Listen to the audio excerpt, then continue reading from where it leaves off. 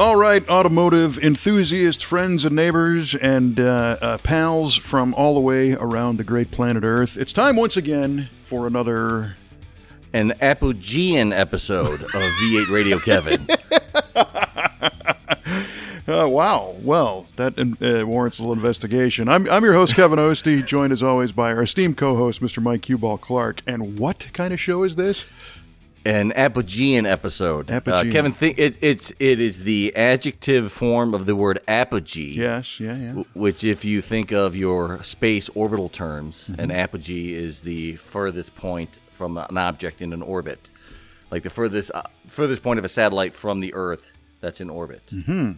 So the top or the peak of the orbit, as much like us. I was going to say, or it's far out. Yeah, we are far out, man. Well, fantastic. Glad to be far out once again. Dig it. And if you are accustomed to listening to this show and you still came back for one more, you are well aware that we like to start this off with a trivia question that's generally automotive related. We throw the question out at the beginning of the show, and of course, by the end, we can hear the salivation and the drooling on our listeners' palate as they anticipate the riveting answer to our stimulating questions. As we reach the apogee of the show, we will give the answers. Yeah, which I think we've already hit. And now we are on the downward spiral, I think the term is. Right on, man. So, did you prepare a trivia question for this episode? I have indeed, my good man. And here we go. We're going to talk about top fuel dragsters today, Kevin. Oh, boy. You can smell it right now. Yeah. Oh, smell the nitro. Mm-hmm. As you know, you will when you see a top fueler, you will see that it has two magnetos on it, and they run 2 spark plugs per cylinder. Mm-hmm. Why do they run 2 spark plugs per cylinder, Kevin? This is a great question. Is it? Yes, it is. I'm very familiar with the system. And my guess, because I'm not certain, but my guess is that the spark plug does not live throughout the entire run. A typical spark plug is completely destroyed in a top fuel pass. And I'm guessing that it's redundancy so that they continue to have spark throughout the whole run. Because I don't think it's a timing thing. I don't think it's one than the other. I think they fire at the same time. Is my guess. So I think it's just in order to provide enough fire for the whole run. All right. Kevin thinks it's for redundancy. All right. I am duly noting that. I mean, other options could have been, for command of the flame kernel throughout the race.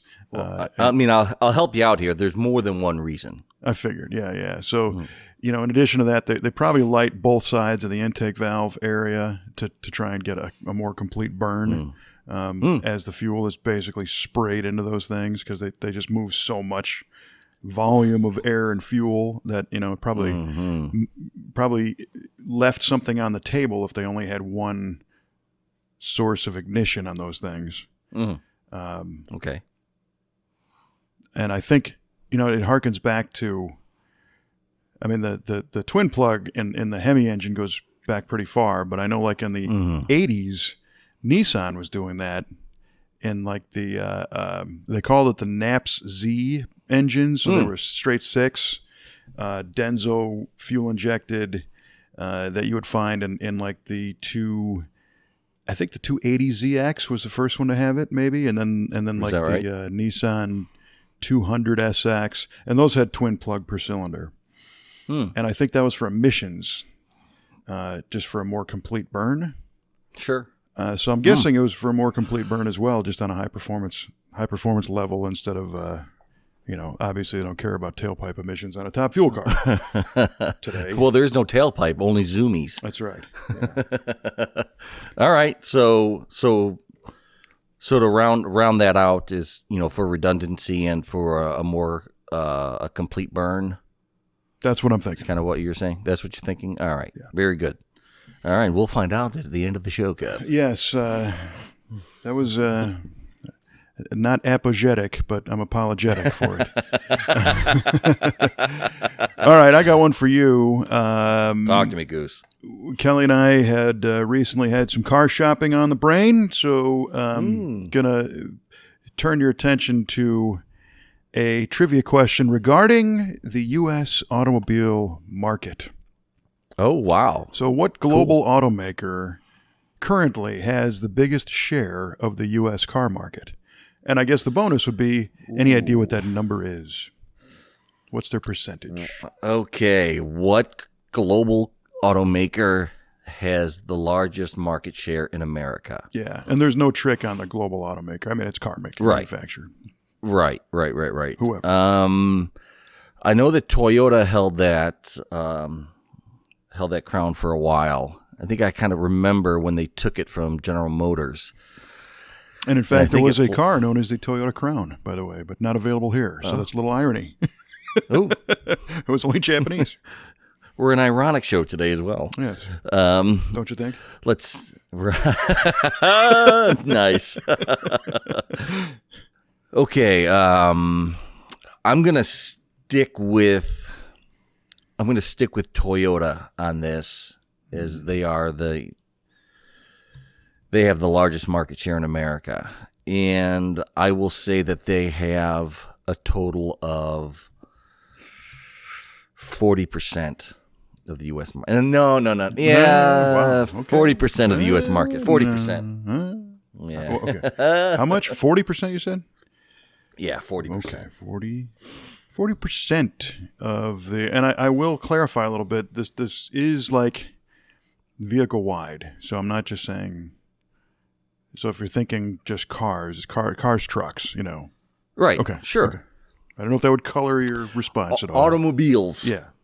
Four-wheel vehicles. Or sometimes six, Or true, with a dually pickup. I don't think Toyota does a dually though. I don't think they do. No, not do yet. They? Huh. All right. You guessed 40% of the U.S. market share belongs to our friends at Toyota. Mm-hmm. Named after Mr. Toyoda with a D. Did you know that? I did not know that. Yes. A lot of people here, when those cars first came out, thought it was a little switcheroo on the words, and it meant toy auto, like small car. Oh, interesting. Yeah, but it certainly does not. There's another trivia question, a free one, just gone. God dang it. You're giving them away, man. Yeah, I know, they're just flying out of here. You get a trivia question. You get a trivia question. Everybody gets a trivia question. Yeah, you and the apogee. All right, so duly noted. Man. Thank you. As they say. So yeah, this was the reason why that one kind of came up is we had to buy a new truck. Oh man, what happened to the old one? Did it rust out or something? Yeah, no. Thanks to me, I destroyed it. Oh, brother, which really sucked. So we had a 2006 Chevy Silverado 2500 HD crew cab long bed with the sought after LBZ diesel Duramax engine, and the reason why that LBZ was sought after is that was the last year of diesels before catalytic converters and diesel exhaust fluid, and it's a hot one. People like those. It's like the Wild West of diesels. It was the end of the line, yeah, and it was also, I think, the first or second year for the Allison 6-speed automatic. Oh, cool. So yeah, you had a great engine, you had a great transmission, and Kelly and I purchased one of those for the company as our kind of tow rig and general shop truck 6 years ago now. Mm-hmm. And it was funny how it came down. We were driving a Chevy Silverado 1500 HD, which was a very... Oh, wow. They didn't make 1500 HDs for that long. This was a 2001 truck, and it had a 6-liter gas engine. And wow. One year, we're on our way to the SEMA show, and we've got our 24-foot box trailer, and we've got one of the cars that we had built to be displayed at SEMA, and I'm trying to think of what car it was that year. Maybe the Lose Change car? I don't know. And as we're going over the Rockies, our 1500 HD gasoline truck is shifting a lot because it's trying to stay in the power band, right? Right. And that is a Gen 4 V8, so it's designed to spin pretty high, and the engine really didn't care so much. But Kelly didn't like that feeling of this thing upshifting and downshifting all the time, and she felt that the truck was getting winded and that it wasn't pulling very well. And we had it technically overloaded for its specification with the trailer in the car and everything. So she said, "Yeah, that's it. We're gonna buy a diesel. I don't care. We're just going to do this." And I said, "We're on our way to SEMA, for crying out loud. We can't just pull a truck out of thin air." But what we ended up doing was doing some research, landed on that LBZ as the truck of choice, and actually found one in Arizona, in Phoenix, for sale at a dealer. And my parents live in Scottsdale. My mom at this point, but. So we did the SEMA show, and then afterwards we drove down to visit them and ended up trading in the 1500 on a 2500. Right on. Yeah, and it was pretty cool because it was we did the VIN history, Carfax, whatnot, and found out that the truck had always been in the Southwest, so it wasn't rusty. Oh, perfect. Yeah, and the downside was that we paid a pretty high sales tax on it. The Phoenix area, I think at the time, was 9.6% or something.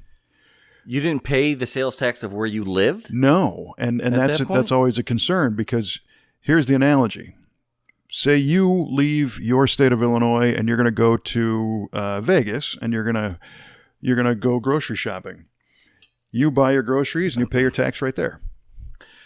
Yeah, you know what I'm thinking of is in Illinois, you pay the sales tax of the county where you live, regardless of where else in the state you buy your vehicle. Correct. Right. But that's what I had in my brain. And I kind of had the same thing. I thought, well, I live in Illinois, so I'm just going to pay Illinois tax. Well, no, you pay the sales tax of where you're standing. Wow. That's rough. It was brutal. And there's places today. I mean, if it was in Chicago, I think it would have been over 10%. Yeah, it's getting there. Yeah. So we got kind of burned there, but we thought, it's a good truck. We're going to keep it forever. And that was our intent until about 3 weeks ago when it started to snow and ice, and I was leaving where we live, and there's a little S-curve there, and I was in four-wheel drive mode, and I'm thinking that might have been my mistake. But as I round this sweeping S-curve, it's a 45 limit. I was doing maybe 30, and the truck decided to skate out of the lane and into the oncoming lane, where I had a head-on collision with another truck. And fortunately, I'm fine. The other guy is a little sore, but he's overall in good shape. Turns out he's a neighbor of ours, and I feel completely terrible about this happening. Sure. And I played this over and over again in my mind. That I did everything I could to avoid this. I mean, I had, obviously all the safety, seatbelts on. I was in four-wheel drive mode. I was going under the limit, both hands on the wheel, not jerking around and texting. So that means I was a passenger in this experience. I just got to watch it happen. I could see the grill of his truck, and I'm thinking, oh no, here it comes. And whammo. That has to be so scary when you see it coming. Yeah, it is. And I don't want our whole episode to be about this experience, but I think the thing that was most jarring to me is I thought I was going to die, because I'm calculating in my head. He's probably going 30, 35. I'm going 30 miles an hour. It's a 60-some mile an hour head-on impact of two trucks. And mine's a big one. His was a 1500, gas truck. So thankfully, it was a full-size truck. If it was a smaller vehicle, that could have been a completely different outcome on his part. If he was driving a car, oh man, this would have been horrible. But both trucks did exactly what they were supposed to do. All of my airbags deployed. The truck shut off immediately, and the big shock was that I didn't die. There was this tremendous crash. The cab's full of smoke, from the airbag deploying, and the engine dies, but now the dinger's dinging, and the belt pulled me back like it's supposed to, and I got punched in the face with the airbag, and my sunglasses, hit me in the head. But I'm still here, right? So what do you do? Well, to me, it's let's check for fire and let's get out and let's go help the other guy. And I go to open the driver door, and it's stuck because it's crushed. I couldn't get the door open. So I pull the seatbelt off. I try to, climb out the passenger side. My feet get tangled up in the seatbelt, and I'm falling on my face as I, get out of the other side. Luckily, nothing was on fire, and I approached the other gentleman and asked him if he could breathe and everything, and he wasn't, not a traumatic injury with, bones and blood or anything. Right. He was just sitting there saying, "Ow," Yeah, sure. He was probably in shock just like you were. Yeah, because he got, hurt from his seatbelt a little bit from getting jarred, but he was wearing his, and his bags went off and everything else. So good. Once I determined that he was okay and breathing and coherent and everything, I quickly called 911, and they dispatched, ambulances and tow trucks and all that stuff. And again, luckily, we were both ended up to be pretty much okay, but the trucks did not survive. That's a bummer, man. Yeah, the whole thing was a bummer. Yeah. So the note is that they always say it happens fast. It certainly does. This time of year, if you live somewhere cold, always be careful on that stuff. And I grew up driving in the snow and ice. I mean, I'm used to this stuff, but this time it just got you. Started to drift on its own, and I was like, oh boy. So I was driving my Grand Prix one time on the expressway going into Chicago, and I hit a patch of black ice, and the whole car just did a whole 360 on the interstate. Thank God everyone around me kind of saw what was happening and all just parted like the Red Sea. Yeah, wow. To let me do my thing, and I didn't hit anybody. And I regained control, and I kept going. Oh my God. It's amazing. Yeah. That's spooky. And I've had that experience happen too, long time ago. I really wish that would have happened this time, but right. Yeah, I'm sure. And it turns out the guy's my neighbor of all things, but if he wasn't in the oncoming lane, I would have skidded off and into a ditch and probably into a tree. There's a light pole, I think, right there, a light pole. But, is that right? So that ended up, luckily, we're well insured, and the insurance company was pretty fair about, what they valued our truck at, and so we were on the hunt for another one, and the challenge was the long bed. They're really hard to find. Right, I've heard that. Yeah, and we ended up finding this truck 2.5 hours or so north of where we live, which lands on your point. It was in a different county, and in Illinois, that particular county had a lesser sales tax than our own county. So we ended up buying a truck and saved a few bucks there, which was nice. But we ended up getting a 17, again, Silverado 2500 HD crew cab long bed. So a newer version of the truck that we had. Right. Obviously less miles on it, and this one's black, and it's nice. And it was kind of an interesting position to be in when vehicle shopping. I've never owned a new car in my entire life. I've never bought one. Really? Never had a new car. Wow. And I've had one. Yeah, there you go. Well, This is the closest thing to a new car that I've ever had, and it's just turning 3, so but what do you do? We were trying to get, obviously, the most for our money. We had a budget in mind. I certainly can't afford a new truck because those are just insane. They are absolutely insane. Yeah. So then you start to look for, okay, well, what's a good year break? Did something change between 12 to 13 to 14 to 15 and whatnot? Right. And then the other thing was trying to figure out a decent mileage level that would be acceptable. We bought our first truck at 75,000, and it's got just over 200 on it now. So we definitely drive these things. Again, we used to pull cars to SEMA and different shows around the country. Today, we're trying to have those transported more and more because of other factors. So, but again, we never intend to get rid of that one. I don't intend to get rid of this one. And so this one had 90,000 miles on it, and it priced out similar to a 2015 truck, similarly equipped with lesser miles. Okay. So I thought, well, what am I going to do? I'm going to spend the same amount of money and get something that's calendar older but mileage newer, or do I get calendar newer and mileage older? So, and you went calendar newer. We did, and there was a couple of reasons there. One, this was a bird in the hand. We'd found it. The other two were in different states, Indiana and in Kentucky. Oh, so boy. We would have been trucking to get there. The other thing is that 2017 was an evolution step for the Duramax, for the engine. So I think our old one was 600 foot-pounds, 650, something like that, of torque. And now they're at 910, or at least in 17 they were. So wow, man. Oh, yeah, it's like 450 horsepower and 910 foot-pounds. So that's like a bloody semi-truck. Well, what that means is that I'm not going to touch this thing. It's quiet. I don't want to put a giant exhaust on it. I don't want to put a tuner on it. I don't really need to do anything. It's got all the oats it needs for our usage. And then it's got all the electronics, the connectivity and cameras and lane departure sensors and all that, safety jazz. And that lane departure sensor, and this one's kind of funny because it's an ambidextrous butt cheek shaker. Really? Yes. If you veer to the left, your left butt cheek gets a massage. If you veer out of the lane to the left, you veer to the right side of your rear end gets a little massage. Oh my gosh. Kind of keeps you by the seat of your pants.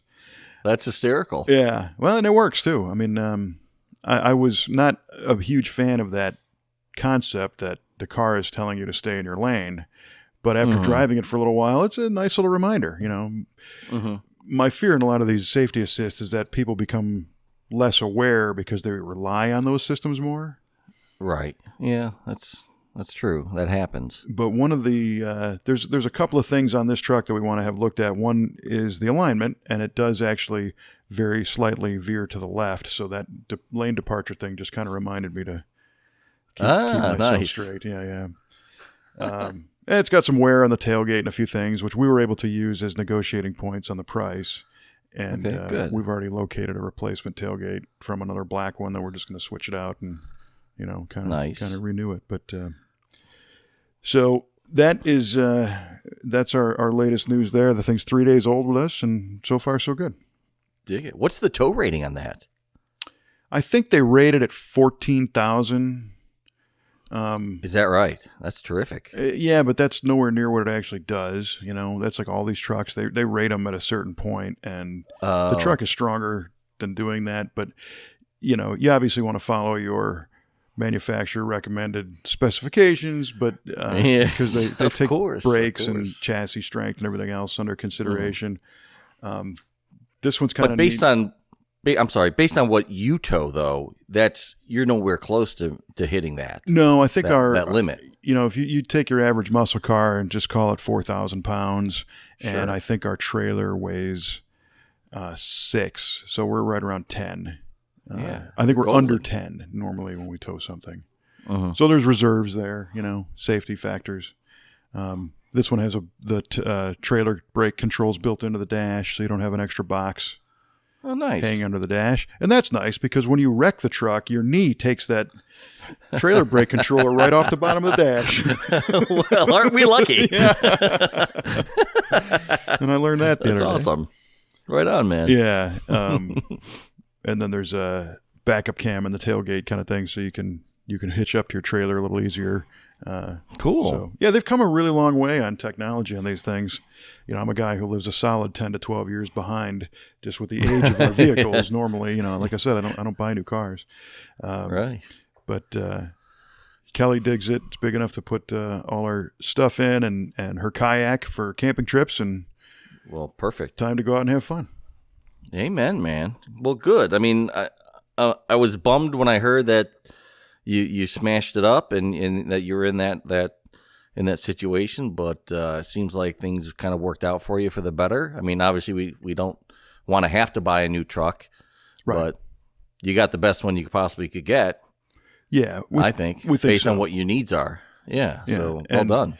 The insurance payment covered basically the down payment on it, and it's not a big monthly to pay the rest of it, so it's comfortable. I didn't want a truck payment, but it is what it is. So nobody wants a truck payment. Nobody wants a truck payment. Yeah.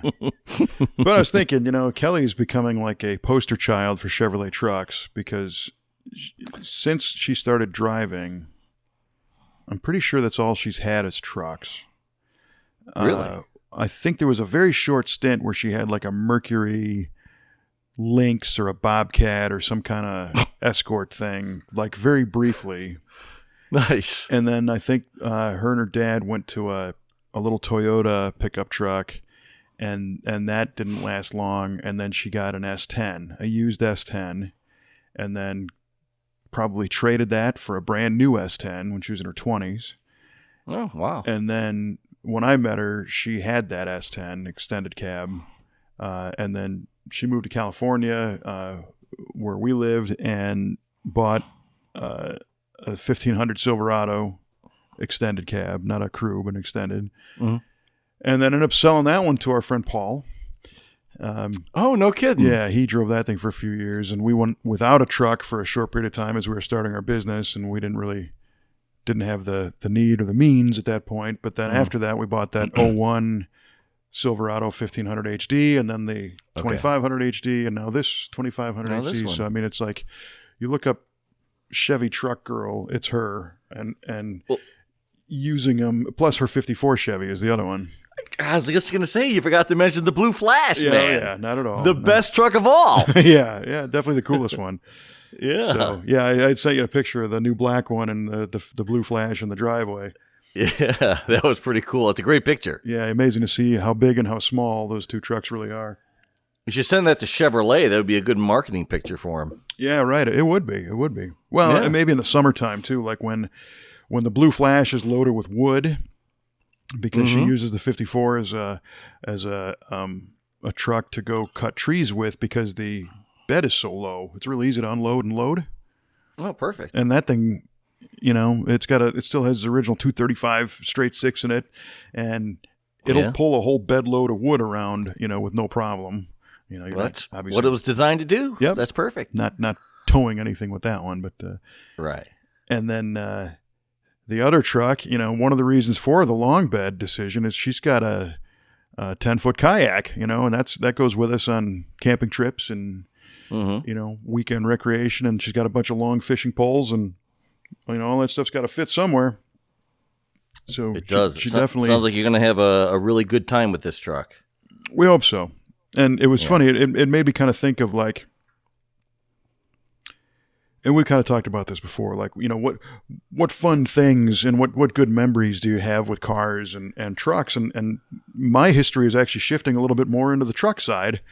Is that right? I never owned one until I met my wife. She brought trucks to my family, basically, to me anyway. And I never really had the need. I always was lucky enough to have a friend with one. Right. So if I was picking up an engine block or something, I could borrow somebody's pickup. But having your own is a much nicer deal. So that kind of started to make me think. It's like, yeah, we had a lot of great times with the 06. And then I thought, there's some good stories there of what are some of the best times you've ever had with any of the cars?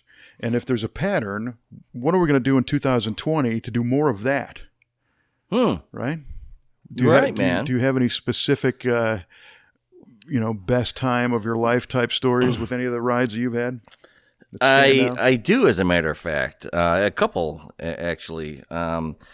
First one, actually a story about my current 67 GTO when I didn't have it for very long. And it was running and driving, and we just got our dog Zoe. And we probably had her for a week or so. We decided it was a nice summer day. Hey, let's all go out for ice cream. Let's take Zoe with us, right on. Do a cool family thing. Yeah, it was nice. She hops in the car. We drive out to this ice cream place about 10 miles away. It's a beautiful day. We're having some ice cream, and we say, hey, should Zoe have some ice cream too? We're like, yeah, let's get her some ice cream as well. Oh, no. Oh yeah. Oh, no. She wants some ice cream. She's part of the family. Yeah, I think I know where this is going. So she takes this ice cream. She loves it, right? We're like, all right, let's go back home. Who doesn't? So we all pile back in the car, and Jenny's in the passenger seat. Of course, I'm driving. The kids are in the back seat, and the dog is between them too. We're a couple of miles into it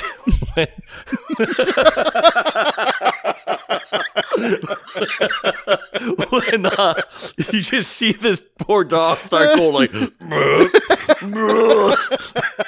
She projectile vomits all over the back seat of this GTO, all over Abby, my youngest daughter. She's screaming her head off. Oh, it was beautiful. We had to pull over. Luckily, I had a towel in my car. She had puke all over her shorts, all over her legs. She's crying. I tried to pull off to the side of the road and open the door so no one could see her. She had to take her shorts off and wrap this towel around her. Man. And there's puke all over the seats. What kind of ice cream? It was vanilla. Oh, it wasn't like, Rocky Road or something. Not like raspberry or anything. Yeah, nothing like that. Oh, but I get home. I take the back seat out of the car. I hose it down to clean it off. It was unbelievable. Oh, wow. And then it was like, okay, no ice cream for the dog. Check. This is when you made the connection that you don't generally find ice cream in the dog food aisle at your local grocery store. Yeah. No, you don't. And here's why. For good reason. Oh, man. I can only imagine the wife and kids. Oh, everyone is screaming. Oh, it was unbelievable. Oh, boy. And we didn't know it at the time, but that poor Zoe would get car sick anyway. Oh, and she didn't like riding in the car. Yeah, for that very reason. She'd always puke, but white ice cream just sprayed everywhere. Dog father of the year. Yeah, right. I'm going to take my car sick dog out for a cruise and some ice cream. We didn't know anything. Yeah, right. At the time. Wow. That's how we learned. That is incredible. And you laughed about it too, which is even better. Oh yeah, we every time we bring it up, we laugh about it. That is funny. And the kids are like, "That's not funny." I'm like, "It was hysterical." You kidding me? Well, it sounds like you might have been about the only person in the car that didn't get hit with it. No, I think I was. Yeah, I didn't get hit with any of it. Sure, it's funny, but I had to clean it all up instead. So yeah, right. There you go. Well, good thing about that old GM vinyl, you can just take that seat out and hose it off, and yep, good to pretty go. Much. Wow. Well, that's a great story. I don't think I could top that one at all. No, that's got everything. It's got the car.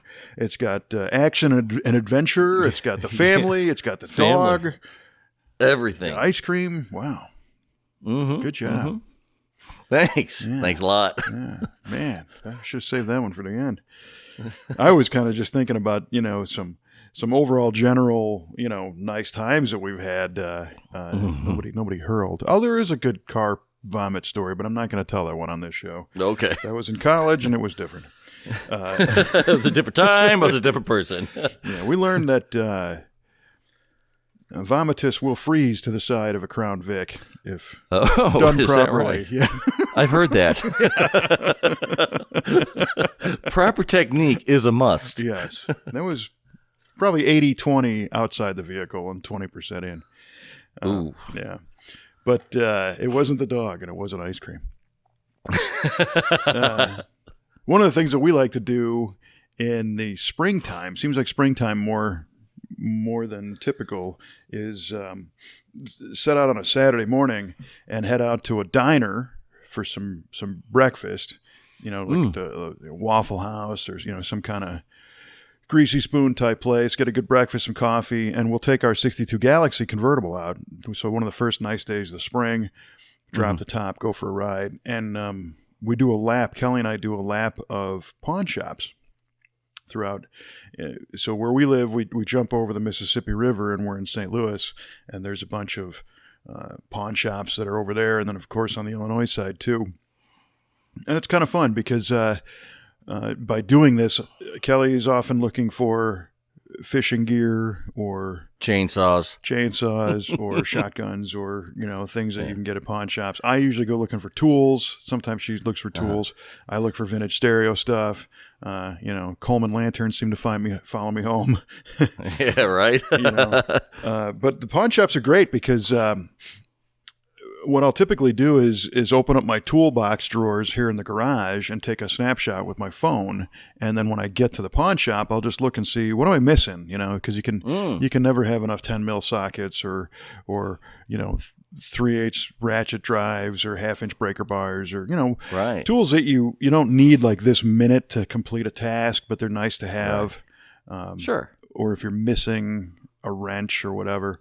A lot of times you can find those individually at pawn shops for nothing, I think the last time I bought tools, we go to this particular shop and on the shelf they've got a bunch of like Craftsman hand toolboxes, little right, metal sure. toolboxes.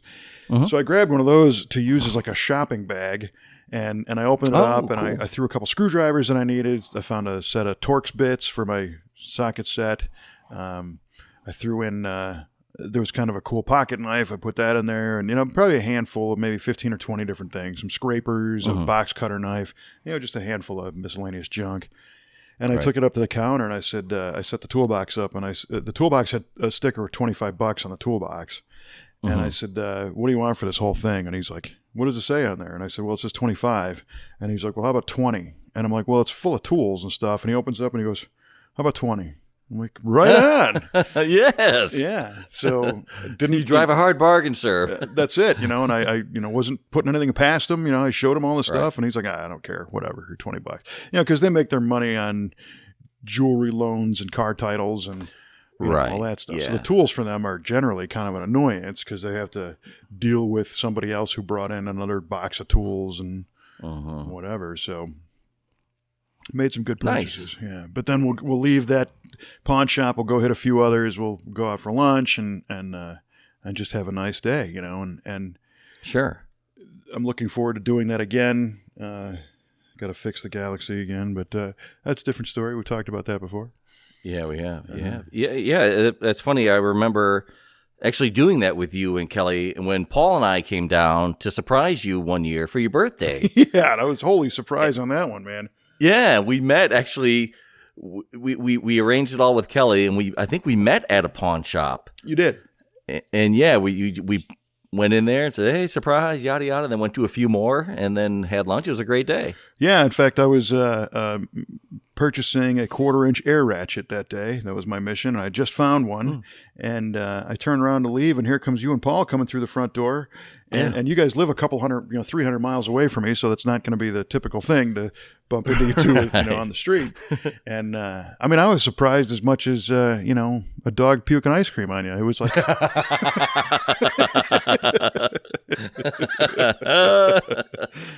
but that was fun.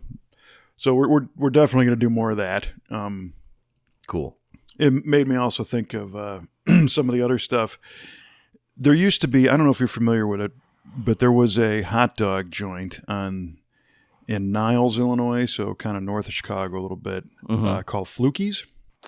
Don't know Flukies.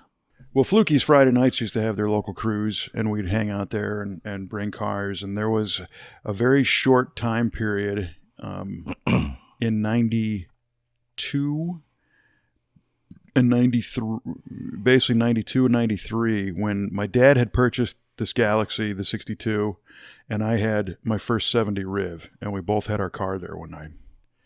Oh, really? And that was pretty cool. Yeah. That's killer, man. Yeah, because I got the Riv in 92. Let me think of how this went. I think he got the Galaxy in 93, so it must have been the summer of 93. Very cool. Yeah, it was wild. And, at that point, I was in my early 20s, I guess. 21. So I wasn't like... My dad was cool at that point. We could hang out together, but a lot of times I would leave the home garage to kind of get away from him, just because that's how that relationship goes sometimes. Right. He'd be hanging out in the garage with me and my friends. My friends all loved hanging out with the guy, and I did too, but there's times when it's like, I need a break here. All right, Pop. So enough.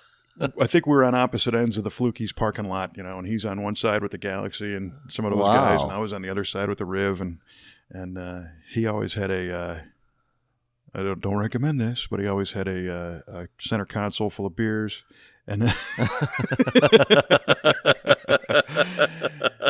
sounds like my old man. yeah, he enjoyed himself and responsibly, had a few, and then would come home because he was a police officer, and certainly wasn't about drinking and driving by any stretch, but didn't see the harm in having a couple every once in a while at the thing, and that was pretty cool. And it, today I don't do a whole lot of the cruise, like the Friday night stuff, for very long. I might pop in for a minute, walk through, grab some pictures, talk to a few people. Right. And what was really fun about that one is that we knew everybody, so where I live now, I know a decent amount of people, but it's not like, in those days, the joke was like Norm walking into the bar at Cheers. You'd know absolutely every car and every single person, right. And that really kind of made that experience more fun.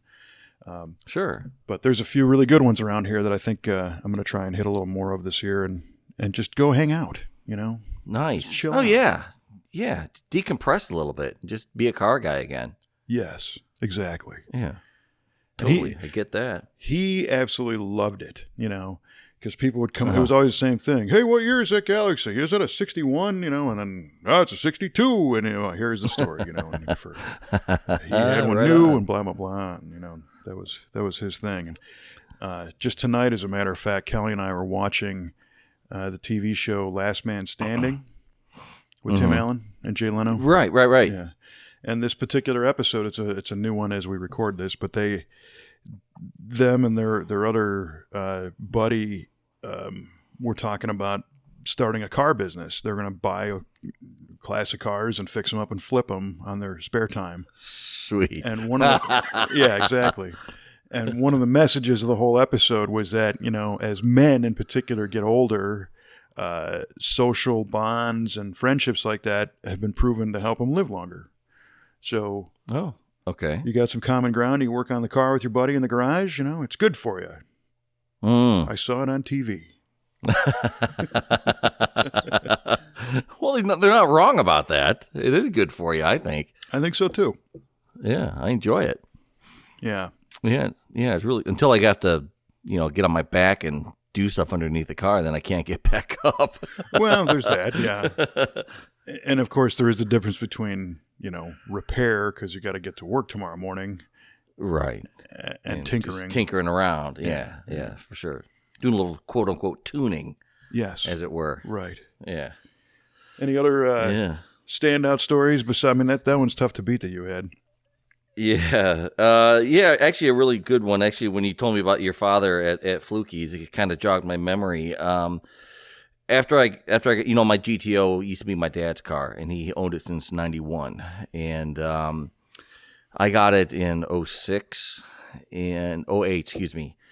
And a few years later, my dad had a stroke, and he recovered for the most part. He still had weakness on his right side, and his speech was affected. But he was able to fly into Chicago to visit with my stepmom, and it was during the time when the Pokey, the Pontiac Oakland Club International show, their national show was at Pheasant Run, and I was a member of Pokey at the time, and I entered the car into the show, and I got to take him out there to see his car in a national show. Oh, wow. Yeah, right on. Yeah, it was pretty cool. That it was is really, really neat. Yeah, so we got to walk around and, do car guy stuff, and, he was enjoying it, and it was a really, really good memory.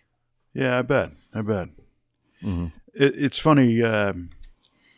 There are a lot of people who are fortunate to have that, kind of father-son time, and do that kind of stuff. And again, we didn't have anything really cool until the 90s. My dad did when he was far younger, but then as I was growing up, we didn't have anything cool in the garage. And then I finally was able to get my Riv, and I kind of convinced him to get another Galaxy like he used to have. And then we were competing for garage space, and we're both, scrapping over the same tools and stuff. And he was a a mechanic in the Air Force. He fixed flathead generators that powered radio relay stations. But then he was a police officer, so he wasn't really a career technician by any stretch. But he still knew his stuff, and Sure. on the cars at the time, points, condensers, plugs, alternators, all that stuff. He knew that, inside and out. And I was more of a magazine mechanic at that point because I had read all this stuff, but I didn't have a whole lot of hands-on experience. I see. So we would kind of butt heads every once in a while because, I'll never forget a very basic lesson in electricity that I had learned from him. I was just kind of looking for something to do on this 70 Riv, and we had already I did an engine swap with my buddy and rebuilt the 455, and I just kind of was wingman. My buddy Jim I did all the disassembly. He did the reassembly, and I kind of helped and, learned through him. It was like my first engine. And that was all in and running and everything, but I wanted to put an under hood light on this thing. So I had an assortment of takeoff light fixtures that came from a 67 Cadillac that we used to have. My dad took all these lights for some reason and put them in a bucket in the garage. And I find this little door light switch, and I'm screwing this thing to the bottom of the hood, and my dad comes out and he's like, "What are you doing?" And I said, "Well, I'm going to put this under hood light on this car because the engine's pretty new, and I thought I'm driving this thing away to school, 150 miles. It might be handy to have a light, and I was kind of bored, so." Yeah, okay. So he's watching and watching and watching, and he's standing right over you, that whole thing. And he was a big guy, and he knew how to stand over somebody. He knew how to loom. Oh, yeah. Didn't he? Totally. And I'm looking, I'm like, do you need something? No, I'm just, seeing what you're doing, And he had the ability to just push my buttons, And I'm on edge because it's a stupid project to start with. It's really, nothing important. And he's standing there, and he's off at this point. It's after work. It's probably a Saturday afternoon or something. And he's been off all day, and he's doing what I like to do now. He's hanging out in his garage with a cold beer on a nice day. And his, melonhead son is screwing around with his car. So he's just going to be there waiting.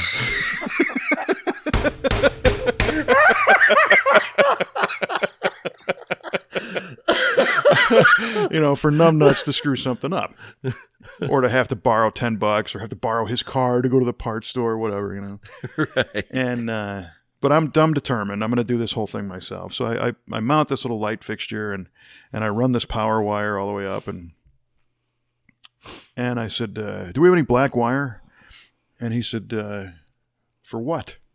And I said, "Well, I got to run a ground wire back to the battery." Because I didn't understand electricity very well at the time. And he said, Right. "What do you do that for?" And I said, "Well, I ran the power wire, and it's got a power to ground, so I'm going to run the ground back down to the thing." And this had a steel housing, so it did not need a ground wire, right? I didn't know that. And he's like, "Well, you don't need a ground wire." And I said, "Yeah, you do. You got to complete the circuit." So I got the power wire, and just, where's the black wire? Come on, leave me alone. "Oh, you don't need it." And I said, I need a ground wire." "Yeah, you want to bet?" I'm like, "No, I don't want to bet. Come on." I said, let me find the ground wire." So I'm looking around and looking around and looking around and looking around. And he's standing there now. Now envision this. The hood's open. He's holding the red power wire. This fixture is screwed to the underhood structure with a metal housing. And he's just holding that power wire in his hand, looking at me. And he lets me go all around the garage and find, some scraps of black wire that I can stick together and make this stupid ground wire. And just as I walk up to the car, he takes the power wire and touches the battery terminal, light turns on, and I go, "What the heck?" Oh, God, I love it. He goes, I love it. "You lose."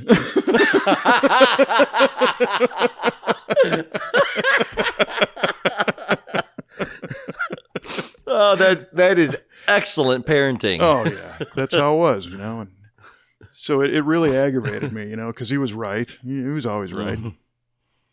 And so I reluctantly, wired this thing in just with the power wire. And I was happy that it worked, and lesson was learned. And, then understood the ground circuit of the negative ground on the car and blah, blah, blah. But that's why we were probably parked on opposite corners at Flukey's. But I'll tell you what. The parking lot was just big enough for the both of you. Yes, but that particular night, it was dark out, and you could see under the hood of my car. Take that, Dad. That's right. Where's your underhood light on your Galaxy? Because I know how to make it. And no doubt I was telling everybody I did that. That's hysterical. That is hysterical. He probably got so much joy out of that, too. Oh, yeah. He loved that. And who wouldn't, But right. At that time, I think, most father-son relationships go through those periods where, you're trying everything you can to prove that you know something. and you're so insecure with yourself, and then your old man is bearing down on you like, oh, damn it. Right. Yes. You're not helping, Dad. Don't you need to get yourself a refill? Yeah. You look a little thirsty, my friend. Yeah, and of course he's sitting right there with his Clint Eastwood cooler and his lawn chair in the garage, so he didn't need to go anywhere. No, I'm good. Yeah.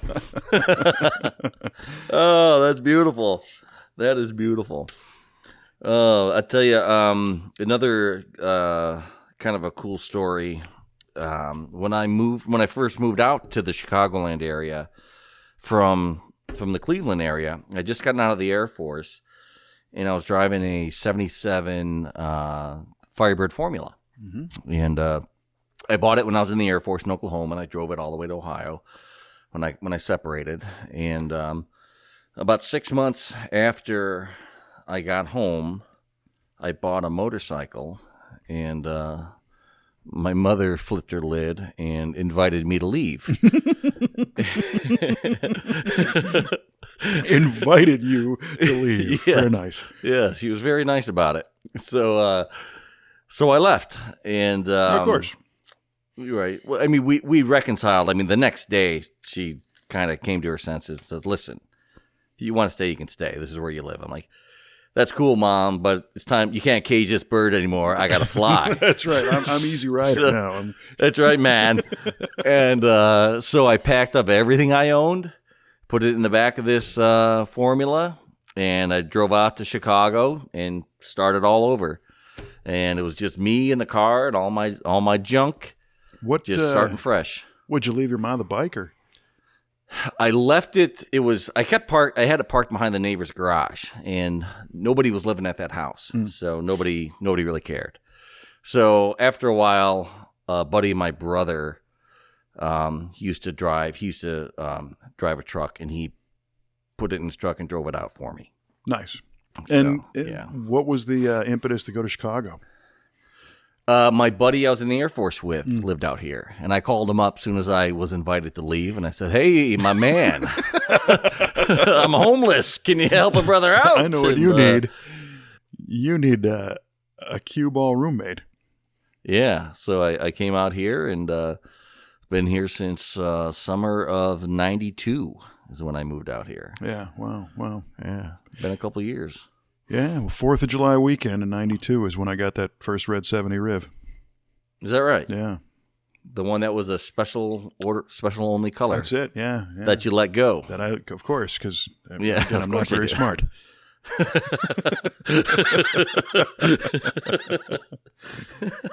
It's funny, when I came home with that car, I parked it out in front of the house, and my dad had helped me buy it. He had loaned me money to get the thing. Okay, cool. And I come pulling up with this car, and it needed a few things, but it was clean and straight and ran nice and sounded good. Mm-hmm.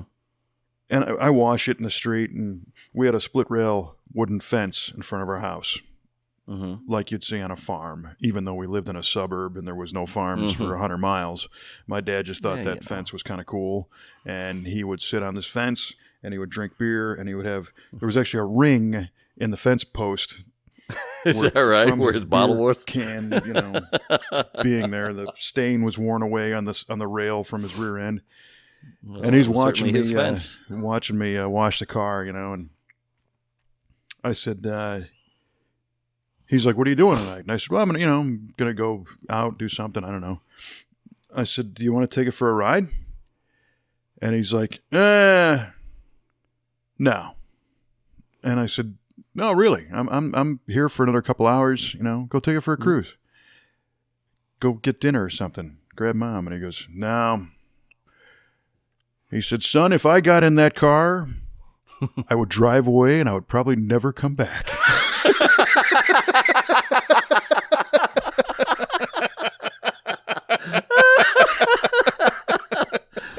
Oh my gosh.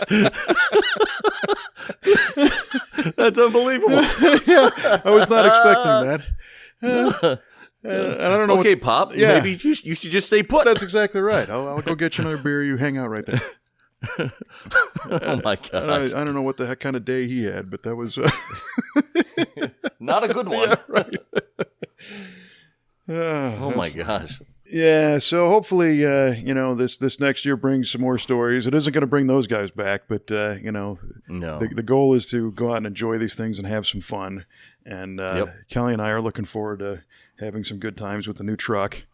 We're lucky to be able to go to a lot of different events for work and pull our camper and camp at certain events where it's offered. So it becomes a multi-level vacation. You can work and camp at the same time and get some fishing in and stuff. So, in many ways, I guess this is a long way to say I'm starting to almost get a little cabin fever already, but. Oh, really? Oh, boy. Well, gosh, with all the torque that diesel puts out, you're not even going to know that your camper's back there when you're towing it. No. It'd be great. Yeah. We'll report our findings. Dig it. Yeah, for sure. Yeah, I'm looking forward to getting this car done and getting it on the road and doing some stuff. Yeah, definitely. With it. Stuff is good. Mm-hmm. Yeah. All right. Well, hey, that was fun. It was good to just kind of BS for a little while, and hopefully our listeners enjoyed the ride. And if anybody listening has a fun story, feel free to share it with us on either the Facebook page or anywhere else. You can leave comments because.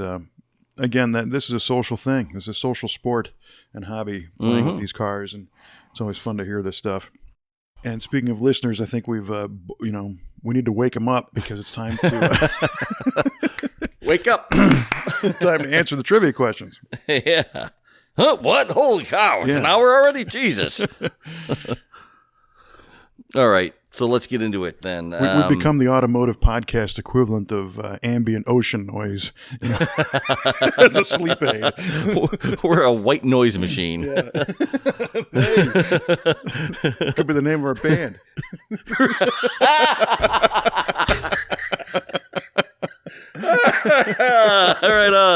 Right on. Yeah, coming to a venue near you. It's a white noise machine. Oh man! All right, my man. Okay, I asked you about top fuel dragsters, their engine specifically, and why they run 2 spark plugs per cylinder. Right. And you said, well, it's a redundancy thing just because the spark plugs don't live towards the end of the run. And what else did you mention? I also thought it was to optimize that spark energy. The flame front. Yeah. Okay. Well, that part is correct. Right on. It's not really for redundancy because both plugs are nothing but glow plugs by the end of the run. I kind of figured. So, and it uses just that energy and the glowing exhaust valve to ignite the fuel charge coming in. But it's really mostly for it's nitromethane burns slower than gasoline. Mm-hmm. So we use those two plugs to ignite it in 2 different spots to burn it more completely. What else do I have here? The density of the fuel charge. I mean, it's flirting with hydrolock with every full throttle pass, every stroke.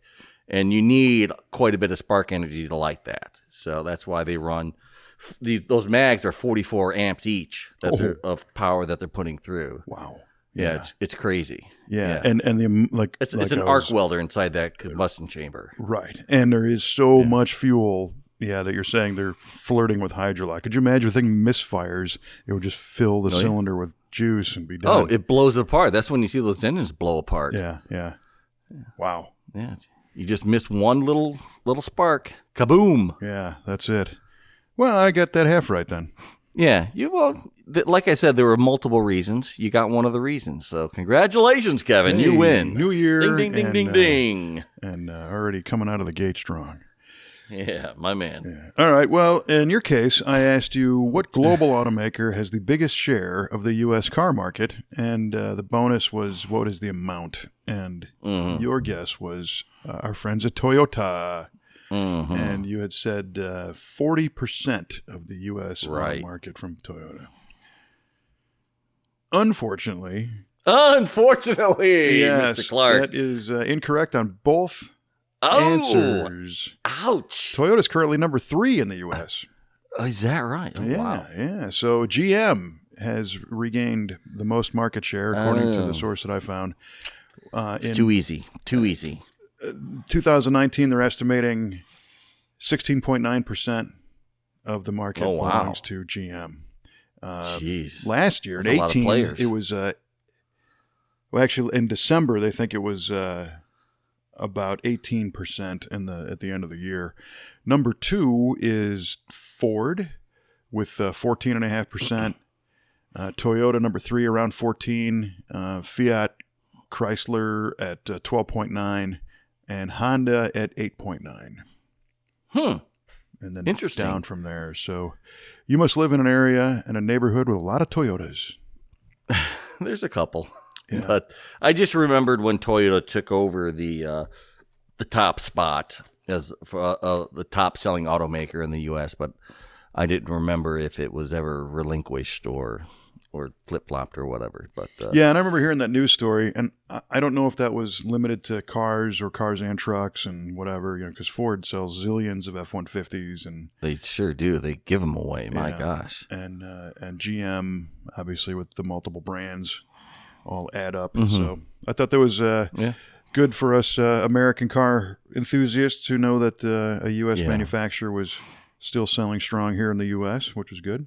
That is a good thing for them. Absolutely. Nothing against Toyota or any of the others, but it's always kind of interesting to hear those statistics. That research kind of popped up. Not that I was trying to, purchase a vehicle by the biggest selling brand, but I started to get a little bit wound up considering how much we paid, even though we paid a little bit of a discount in sales tax. Right. I was starting to think, well, how many vehicles are sold every day in this particular state? And what's the average vehicle price? And how much tax money are they raking in on every one of those transactions for doing nothing? A lot. A lot of money. And the state is still broke. And how is that possible? But well, there's a lot of hands out. That's why. There's a lot of empty pockets. Are you kidding me? Yeah, and that's a topic. That's a whole nother show for another day. Exactly. Well, all right, man. Well, I definitely think, although you didn't, score super high on the trivia question, the dog vomit ice cream story wins this episode. So congratulations. Thank you. Well, I'm glad I won something, for Pete's sake. Yeah, you won the opportunity to clean up the car. That was something else. I swear to God. Yeah. Well, I can still hear the screaming. I bet. That was great. Well, I'm sure you got new rules for the vehicle and the pets as you put it back together, and just so that doesn't happen again. But this was fun. I appreciate it. It was a good episode. It was good to chat about something a little bit different. And and we hope everybody enjoyed listening to this one, because we had fun making it. And again, I don't know where you individually might be listening from, but you can find us on iTunes, Apple Podcasts, Spotify, the TuneIn Radio app, Google Play, Stitcher Radio, iHeartRadio. iHeart is been pretty convenient for me. They send me an email whenever we put up an episode. Likewise. Yeah, that's kind of cool. Another one called Podbean, which is pretty cool. It's an aggregator, I think, and they have us listed there too. That's kind of new, I think. Podchaser is another good one. And if you if you really like us, go to Podchaser and leave a good review, because we're right at the top Please. of Automotive Podcast over at Podchaser. Please and thank you. Yeah, right on. And of course, varadio.com. You can always get the original episode there and on our Facebook page. We're more than happy to share them. It doesn't matter where you go, it's all the same price, which is good. No doubt. Yeah. All right, man. Well, again, thanks again. And until next time, I'm Kevin Oeste for Mike Cuball Clarke, reminding you to keep the shiny side under 100 on VA Radio.